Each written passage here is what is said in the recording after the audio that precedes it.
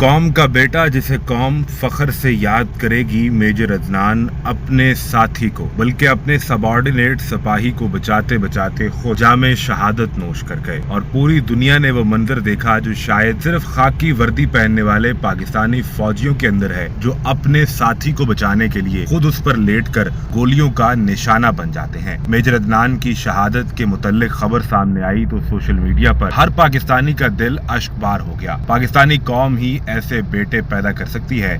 SSG commander major Adnan कैसे शहीद हुए, इसकी असल वीडियो भी सामने आ गई है। बनू ऑपरेशन के जो मनाजिर सामने आ रहे हैं, बाजार में, इमारतों में हर तरफ तबाही देखी जा सकती है। फौजी गाड़ियां इन खारजियों को निशाना बनाने के लिए घूम रही हैं, जबकि सामने आने वाले मनाजिर में फायरिंग की आवाज भी सुनी जा सकती है। दोनों जानिब से फायरिंग की जा रही है, जबकि फौजी गाड़ियों को देखा जा सकता है। और जिन इलाकों में सहाफियों को जाने की इजाजत मिली, ये वो बाजार हैं जो मुकम्मल तौर पर इन खारजियों ने धमाकों से उड़ा दिए और इन्हें तबाह कर दिए। लेकिन मेजर अदनान जिस इमारत के पास मौजूद थे, इस इमारत में भी तबाही का मंजर सामने नजर आ रहा है।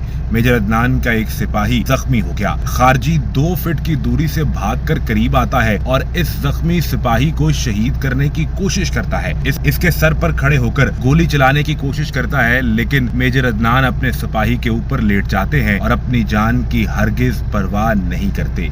गाड़ी के पीछे से मेजर अदनान की टीम के दीगर फौजी इस खारजी को तो इसके मंतकी अंजाम तक पहुंचाते हुए जहन्नुम वासिल कर देते हैं, लेकिन अपने सिपाही को बचाते मेजर अदनान जख्मी हो जाते हैं और फिर वेंटिलेटर पर उन्हें अस्पताल में मुंतकिल कर दिया जाता है, जहां वो शहीद होते हैं और अपने खालिक हकीकी से जा मिलते हैं। मेजर अदनान ने बहादुरी, अपने सिपाही की मोहब्बत की जो मिसाल कायम की है, दुनिया की तारीख में कुछ कम ही ऐसी फौजें और सिपाही होंगे जो अपने लोगों के लिए इस हद तक चले जाएं।